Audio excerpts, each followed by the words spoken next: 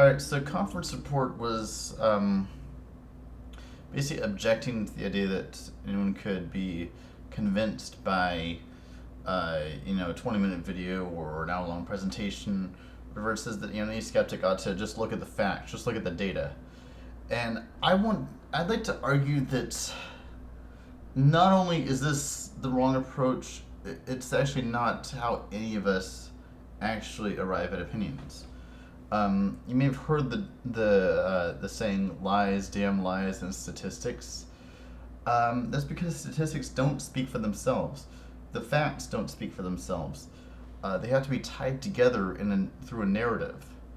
Um, when when a prosecutor in a court case is building their case, they will they will enter pieces of evidence into the case, but the evidence but they have to tie the evidence together through a bunch of testimony and have people and construct a narrative to explain why this fact and this fact and this fact leads to the conclusion that so and so did it. And meanwhile, the defense attorney is able to poke holes in this story and say, well, what about this? What about this? So the truth is never just the sum total of the facts. The truth is a narrative. It's a narrative that is consistent with the facts, but also includes values. It includes induction. It includes it's a narrative basically. There's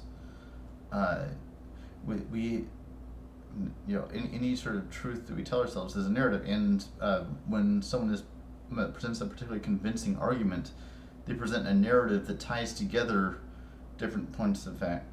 When you're making an argument, even in the most deductive kind of argument, point A, point B, A therefore B therefore C, you still have to arrive at a conclusion at the end of it. And of course, most reasoning is inductive, not deductive. And inductive is inherently narrative. There's always a kind of storyline that we construct. So truth is far more creative than I think you're giving it credit for.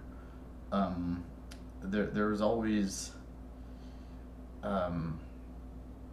the human element. There's always perspectives of truth. In fact, I think to abstract perspective out of the facts, I think, is a case of what Whitehead called misplaced concreteness. There is always perspective in all facts and all truth, and that needs to be accounted for.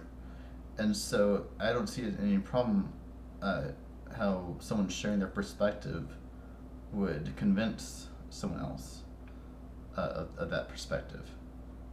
So anyway, I guess I'll leave it at that for now. Peace.